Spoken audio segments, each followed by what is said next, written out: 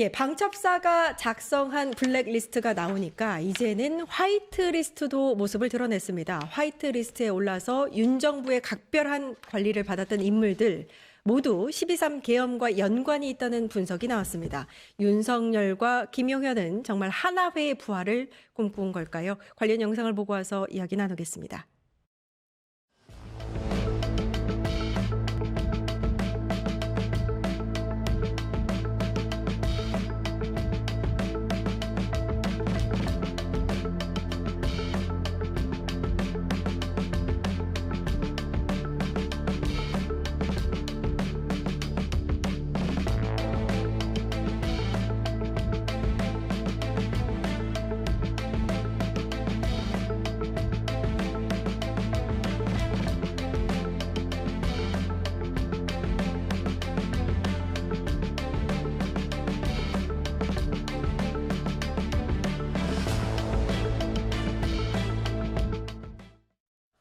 예, 엊그제 이제 JTBC 단독 보도로 블랙리스트 김병주 리스트가 이제 눈길을 끌었는데 이것뿐만이 아니라 블랙리스트가 또 있었대요. 방첩사, 호남 출신의 군 장성들을 별도로 관리했다. 어디까지 이 개인적인 이 정보들을 활용해서 리스트로 썼는지 이거 진짜 좀 심각한 문제 같습니다. 매우 심각한 문제입니다. 이게 왜냐면은 예전 정부에서도 유사한 일들이 있었지 않습니까? 예. 그래서 이 명칭도 바꿨고 기구도 바꿨습니다. 그렇죠. 기무사에서 해체하고 예. 이것 개혁하고자 해서 만드는 조직인데 그럼에도 불구하고 동일한 행위를 또 했다는 것입니다. 그래서 이런 부분에서는 굉장히 우려스럽고 거기다가 그 내용들을 보면 그 특정 지역을 또 배제하고요. 예. 특정 뭐 학교들도 배제하고 뭐 본인들 출신들만 자기들끼리 함께 하겠다는 이런 모습을 보여줬기 때문에 과연 우리 군이 얼마만큼 지금 이렇게 후퇴를 하게 되고 다시 예전 모습으로 돌아갔는지 굉장히 위험한 상황이었던 것 같습니다. 예, 군인은 정치적으로 활동을 하면 안 되는데 다분히 정치적으로 블랙리스트를 만들어서 뭐 계엄 수사단에서도 제외하고 각종 인사에서도 제외하고 이렇게 활용됐다는 겁니다. 근데 그 기준을 보면 너무 이게 재밌는 게 노무현 전 대통령 사위죠. 곽상원 의원의 결혼식에 참석했던 군인, 문재인 정부 안보라인 근무 인연이 있었던 군인들 다 선별해서 불이익을 줬다.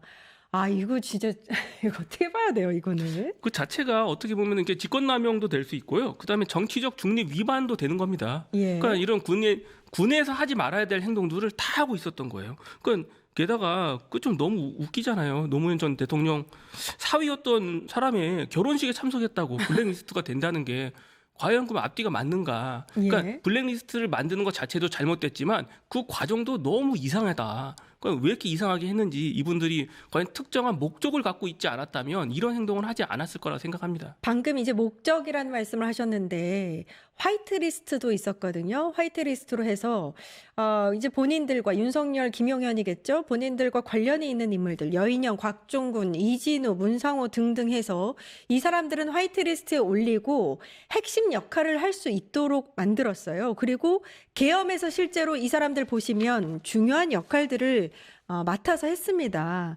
화이트리스트가 나왔다는 것을 보면 계엄이 얼마나 치밀하게 계획된 것이었는지를 확인할 수 있는 것 같아요. 맞습니다. 이 화이트 리스트만 보더라도 계엄은 저 때부터 준비를 하고 있었구나. 저 전부터 계엄을 하기 위해서 이러이러한 사람들, 나와 가까운 사람들, 충암파라고 하는 사람들, 이런 사람들을 주요 요직에다가 계엄을 할 때 필요한 주요 요직들만을 지금 다 가고 있거든요. 화이트 리스트가. 네. 결국 그 사람들의 리스트들대로 다 지금 갖고 그 위에 일어난 일들을 보면 결국 저 때부터 아니면 그 이전부터 계엄을 준비했었고 실행했다고 볼 수 있는 것입니다. 그러니까 이 사람들이 이른바 이제 뭐 다는 아니지만 충암파 내지는 육사 출신 뭐 이런 사람들이잖아요. 그죠? 맞습니다. 일단은 기본적으로는 뭐 연인영 전 방첩사령관도 그렇고 김영현 국방부 장관도 그렇고 예. 다 충암파죠. 거기다가 자기들이 같이 친하게 지냈던 자기가 움직일 수 있는 육사 출신들만 또 다 여기다 리스트에 넣었거든요. 그래서 앞으로 내가 하는 어떠한 행동들 그런 지침에도 다 따라줄 사람들만 뽑은 것 같습니다. 예. 우리가 무슨 일을 벌일 때요. 크던 작던 무슨 일을 벌일 때 나와 결이 맞는 사람들을 일단 모읍니다. 그 조직화해서 그 일을 이제 도모를 하는 거잖아요. 이게 바로 그 정황 아닙니까? 직위원 부장판사가 12.3 계엄이 치밀하게 기획되지 않았기 때문에 감형의 요지가 있다. 뭐 이렇게 이야기를 했는데 그거 아니잖아요. 지금 엄청 열심히 준비를 했네요. 맞죠? 이거 자체만으로 나와도 벌써 직위원 예. 판사가 했던 이야기하고는 반대되는 겁니다. 예. 충분히 내가 어떠한 일을 하기 위해서 특히 계엄, 내란 행위를 하기 위해 가지고 주요 요직에다가 타 사람을 집어넣고 그 사람들이 동원됐지 않습니까? 실제적으로. 그게 앞뒤가 다 나와 있는 행동인데 이제 와서 이런 것 다 부인하고 그냥 급작스럽게 계엄을 했다. 내란을 일으켰다. 이렇게 예. 판단한 거는 매우 잘못된 판단이라 생각합니다. 지금 상황에서는 절대 그렇게 보이지 않는 정황들이 너무나도 많이 나오고 있고요. 하나 또 소름 끼치는 게 김용현의 모습이 제가 기억이 나는 게 국회에 와서 계엄 몇 달 전이거든요. 전혀 계엄 관련해서는 계획 자체가 없는 것처럼 어떻게 말도 안 되는 얘기를 하냐고 오히려 국회의원들한테 되묻고 충암파 하나회 이런 거 지나치시다 막 이렇게 얘기를 했거든요. 그래놓고 뒤에서는 이렇게 준비했다는 거잖아요. 너무 뻔뻔하죠. 예. 그리고 그 당시에 본인들이 준비한 지 꽤 된 거잖아요. 예. 이미 그래서 소문도 났고 그거 관련돼서 첩보들이 좀 많이 발생을 해서 의원들이 그 질의를 하게 된 거예요. 그런데 그런데도 뻔뻔하게 그런 적 없다. 무슨 우리가 뭐 하나회처럼 보이느냐 뭐 이런 식의 발언을 했다는 거는 매우 부적절하고 결국은 하나회가 했던 그 행위들을 배워가지고 동일하게 했던 것입니다.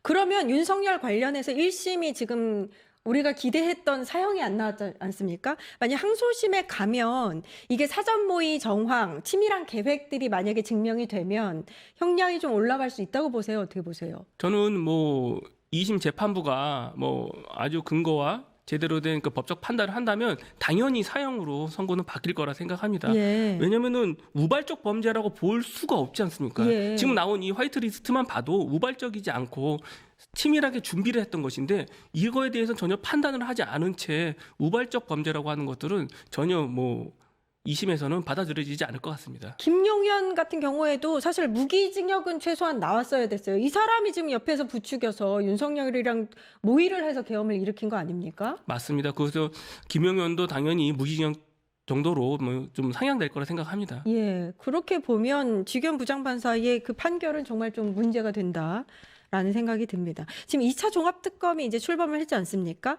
지금 방첩사 블랙리스트도 수사선상에 올라왔다라고 하는데 추가로 좀 밝혀야 될 것들이 어떤 게 있을까요? 실질적으로 이 블랙리스트를 누가 작성했고 언제 작성했는지가 구체적으로 나와야 되거든요. 예. 그리고 작성된 것 자체가 뭐 적절했는지 여부, 정말로 맞는지 이런 것들에 대한 실제 판단에 대해서 좀 정확하게 2차 특검에서 해야 될 거라 생각합니다. 왜냐하면 우리가 그 노상원 수첩 같은 경우에도 이게 그냥 내 생각으로 내 마음대로 상상으로 적었다. 그러니까 그걸로 인해서 배척되지 않았습니까? 그게 아니라 이런 리스트 모두가 제대로 계획된 거고 그거에 대해서 사전 모의가 있었고 그리고 그 관련돼서 여러 단계를 거쳤다는 것들이 확실하게 입증이 된다면은 빠져나오기는 어려울 것입니다. 아, 그래요. 지금까지 알려진 걸로는 이 이제 블랙리스트, 화이트리스트를 실무선에서 누가 작성을 했는지 정도, 그다음에 그 리스트에 누가 포함되어 있고 인사에 어떤 영향을 미쳤는지 정도거든요. 만약에 법적으로 요게 이제 증거 능력이라든지 증명성을 갖기 위해서는 어떤 부분이 추가로 좀 밝혀야 된다고 보세요? 실무진한테 누가 지시를 했는지, 그다음에 그 그게 지시에 중요하겠네요. 따라서 다시 보고가 이루어졌는지. 그거면은 당연히 이거는 누군가의 지시로 인해서 내란을 위해서 만들어진 것이라는 게 확정이 되지 않습니까? 예. 그것이 아니라고 그거를 제대로 밝혀내지 못하면 단순히 실무진이 이런 의견을 자기 혼자 또 만들어봤다 이런 식으로 또 빠져나가려고 할 것입니다. 예. 그렇기 때문에 보고 라인이 가장 중요합니다. 그 보고 라인 내지는 문서가 만약에 발견이 되면 계엄과 연관해서 치밀한 계획까지 이어질 수 있다고 보시는 거죠? 당연합니다. 왜냐면 이게 없었으면 계엄이 일어나기가 어려울 거 아닙니까? 어떤 예. 일을 할 때는 어떤 자리에 그 사람을 앉혀가지고 어떤 일을 시킬 거라는 것이 있어야 되는데 그런 동기와 목적이 이걸로 다 밝혀지는 것이거든요. 그래서 이것이 이제 증거 능력이 되고 입증이 된다면 당연히 이거는 사전 모의를 확실하게 준비한 것이다. 그리고 치밀한 준비를 했던 것이다라고 볼 수 있습니다. 예, 그 부분이 지금 굉장히 중요한 것 같아서 사실 저희가 어제 블랙리스트 관련해서도 이야기를 했는데 오늘 화이트리스트 이어서 이슈로 짚고 갔습니다. 전홍규 변호사님 이제 보내드리겠습니다. 감사합니다. 네, 감사합니다. 예, 광고 보고 와서 끝장 토론 이어가겠습니다. 파타타타 증권봉합